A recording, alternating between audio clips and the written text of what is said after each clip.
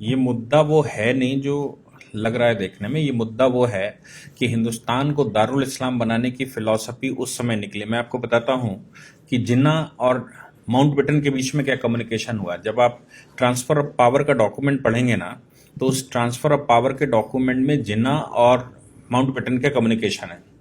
जिन्ना कह रहा है कि हिंदुस्तान मुसलमानों से तुमने अंग्रेजों ने लिया था और मुसलमानों को वापस क्यों नहीं करोगे, मुसलमानों से वापस लिया था, मुसलमानों को वापस क्यों नहीं करोगे। ये जिन्ना की पॉलिसी है, इसलिए हमको यहाँ का राष्ट्राध्यक्ष घोषित किया जाए। लेकिन उस समय ये संभव नहीं था क्योंकि आंदोलन में तो कांग्रेस पार्टिसिपेट कर रही थी, कांग्रेस उसमें मेल रोल पे थी और कांग्रेस लीडरशिप ही अंग्रेज से लड़ रही थी। पूरी उस समय की कांग्रेस लीडरशिप मतलब देश की लीडरशिप। कांग्रेस आज की कांग्रेस से उसको कंपेयर मत करिएगा। तो कांग्रेस मतलब आंदोलन में। तो अब जिन्ना को कैसे सत्ता ट्रांसफर हो जाएगी, वो कांग्रेस भारी है। तो जिन्ना ने एक प्रस्ताव दिया कि हमको एक छोटी सी जगह हिंदुस्तान के अंदर दे दो जहां से मैं दारुल इस्लाम बना लूंगा। उस पॉलिसी के तहत हिंदुस्तान में इसका बंटवारा हुआ, पाकिस्तान दिया। पाकिस्तान ने कंसिस्टेंटली अपनी पॉलिसी जो शुरू की वो डे वन से यही थी कि हिंदुस्तान को कैसे दारुल इस्लाम बनाना।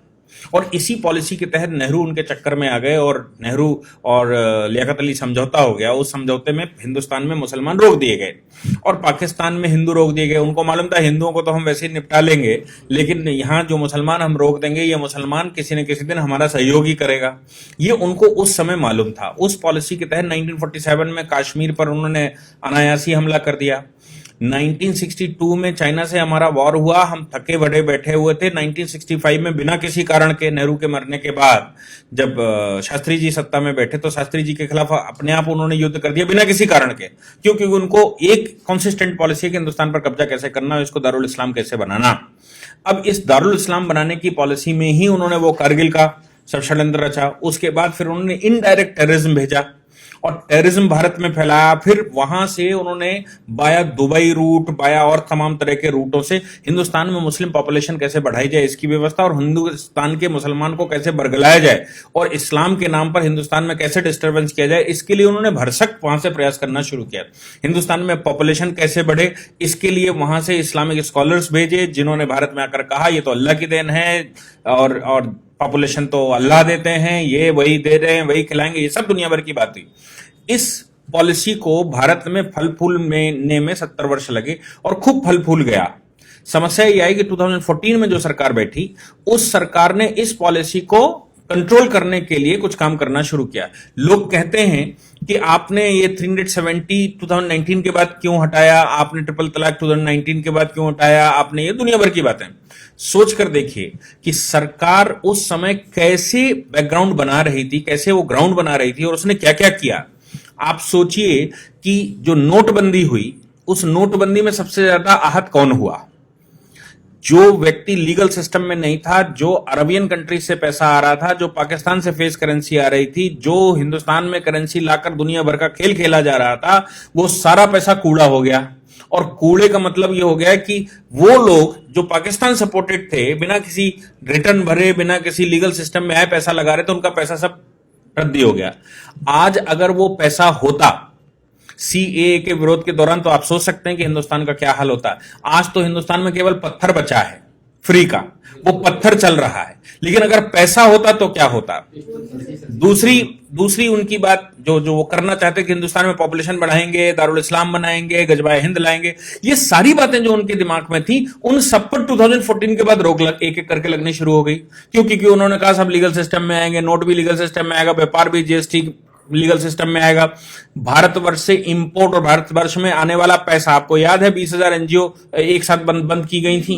फिर उसके बाद लगातार भारत में जितनी एनजीओ इस तरह के काम करती थी सब पर बैन लगा दिया ताकि विदेशी पैसा ना आए। तो ये पॉलिसी 1947 से जो अडॉप्ट की गई, वो पॉलिसी भारत में फल फूल रही थी। 2014 की सरकार के बाद उसने इन पर सब पर धीरे धीरे एक एक करके बैन लगाना शुरू कर दिया और नतीजा ये निकला कि अब जो दारुल इस्लाम दिमाग में चढ़ा था ना कि इसको दारुल इस्लाम बनाना है, वो तो अब इंप्लीमेंट ही नहीं हो सकता। क्यों? क्योंकि फाइनल स्टेज पर उन्होंने ये और कह दिया कि हम हिंदुस्तान में एनपीआर एक पॉपुलेशन रजिस्टर बनाएंगे, सबका डेटा मेंटेन करेंगे।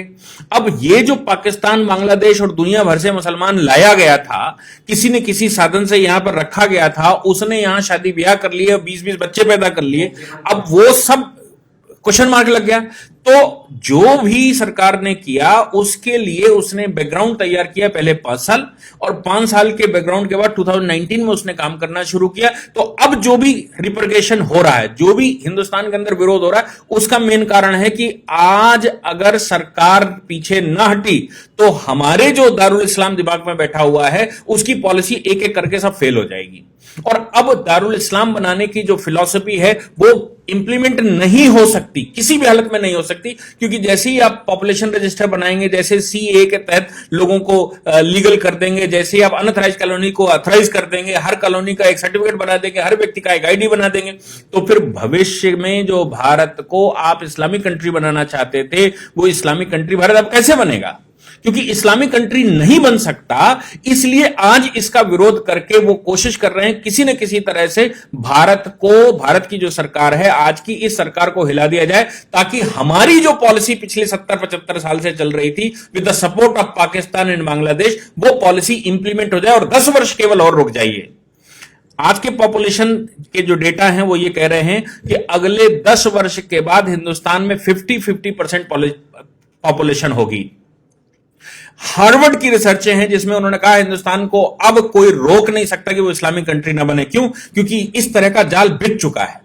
और जिस समय इस्लामिक कंट्री भारत में 50% से ऊपर आबादी मुसलमान हुई, उस समय सारे देश जो 56 देश मुसलमानों के जो वहां पर हुआ, वही हाल यहां पर भी हो सकता है। इसलिए आज की सरकार अगर उस पर सब पर कंट्रोल लगा रही है, जैसे वो कह रहे हैं कि हम पॉपुलेशन रजिस्टर बनाएंगे, वो कह रहे हैं पॉपुलेशन पर हम बैन लगाएंगे, वो कहते हैं यूनिफॉर्म सिविल कोड लाएंगे, उन्होंने कंटक काटने शुरू कर दिए। 370 एक सेफ मोड था भारतवर्ष में टेररिज्म फैलाने का, 370 हटा दी। भारत में ट्रिपल तलाक के माध्यम से, और भारत में जो निकाह है वो हिंदुओं को निकाह करके लफ्जियात करके हिंदुओं को लाओ, फिर तलाक दे दो और उनको छोड़ दो, फिर दूसरे जो जिनकी शादियां नहीं होती उनसे शादियां करवा दो, उनसे बच्चे पैदा करो, बाद में महिला मरी जाएगी, बच्चे इस्लामिक हो जाएंगे।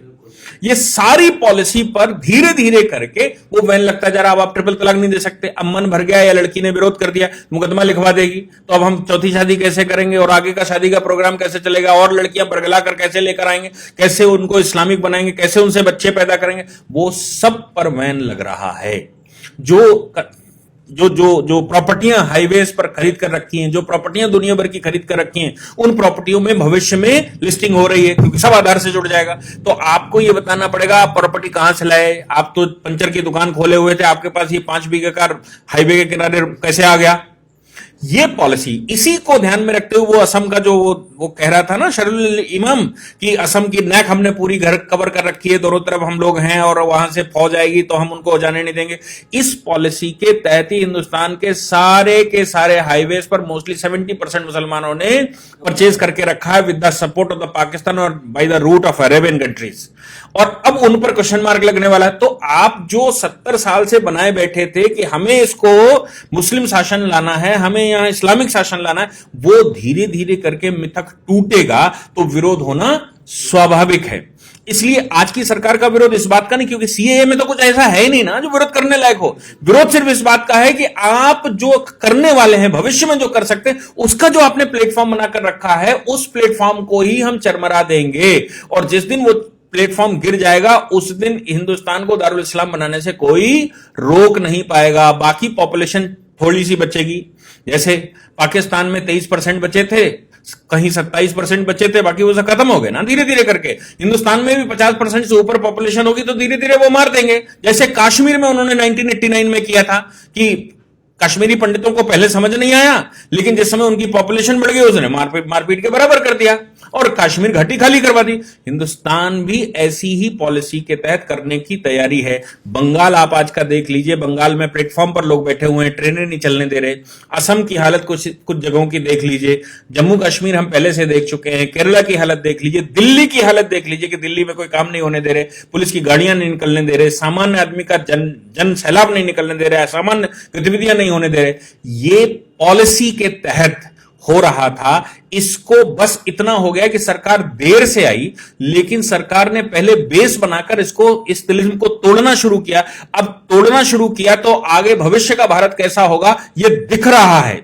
और अगर भविष्य का भारत आज न बना इस सरकार के द्वारा तो हिंदुस्तान समाप्त हो चुका है। जिन्ना की पॉलिसी जिसके तहत उसने पाकिस्तान लिया था और जो उसने कहा था कि एक छोटे से कुनबे को कोने को लेकर हम हिंदुस्तान को पाकिस्तान बना लेंगे, हिंदुस्तान पर शासन ले आएंगे, वो हो चरितार्थ होता दिखाई दे रहा है। अगर आज सरकार को सपोर्ट ना हुआ और आज सरकार ने काम किया, आज अगर रिटेलिएशन ना हुआ, चाहे उसके लिए सरकार को गोलियां चलानी पड़े, चाहे सरकार को कोई एक्टिविटी करनी पड़े, कोई स्टेज आनी पड़े, सीरिया में जैसे आज हो रहा है, करना पड़ा ना, बाद में बम फोड़ने पड़ते हैं ना, बाद में मिसाइलें चलानी पड़ती है ना, तो क्यों नहीं आज चलाते? आज चलाकर आप वो सिचुएशन रोक सकते हैं और आपके पास कोई और दूसरा रास्ता बचेगा नहीं, और अभी नहीं बचा है। आपके पास भविष्य में कोई रास्ता बच नहीं सकता जब तक आप फौजें नहीं लगाएंगे। कश्मीर को आपने कंट्रोल किया क्योंकि वहां पर आपने पैरामिलिट्री फोर्सेस, मिलिट्री फोर्सेस भेजकर आपने अनडाउटेड गोली बिना किसी भेदभाव के गोली चलाने का आदेश दे दिया है कि अगर कोई भी गड़बड़ करे उसको सीधी गोली मारो, उससे पूछने की जरूरत नहीं। वो अगर आपने आज हिंदुस्तान में ना किया तो हिंदुस्तान 2040 में समाप्त हो चुका है। वर्ल्ड के किसी भी फोरम की रिपोर्ट उठाकर देख लीजिए, सब यही कह रही है। इसलिए ये पॉलिसी है, इस पॉलिसी को ध्यान में रखिए कि वो क्या करना चाहते हैं। ये कोई विरोध जो आप कहते हैं ना, विरोध करना है किस बात का, ये कोई विरोध ही नहीं है। ये दारुल इस्लाम बनने से रोकने की प्रक्रिया जो सरकार अपना रही है उसका रिटेलिएशन है। ये सीए का रिटेलिएशन नहीं है, ये सरकार का रिटेलिएशन नहीं, सरकार की वो पॉलिसियां जिनसे भविष्य का भारत तय होगा उसका विरोध है।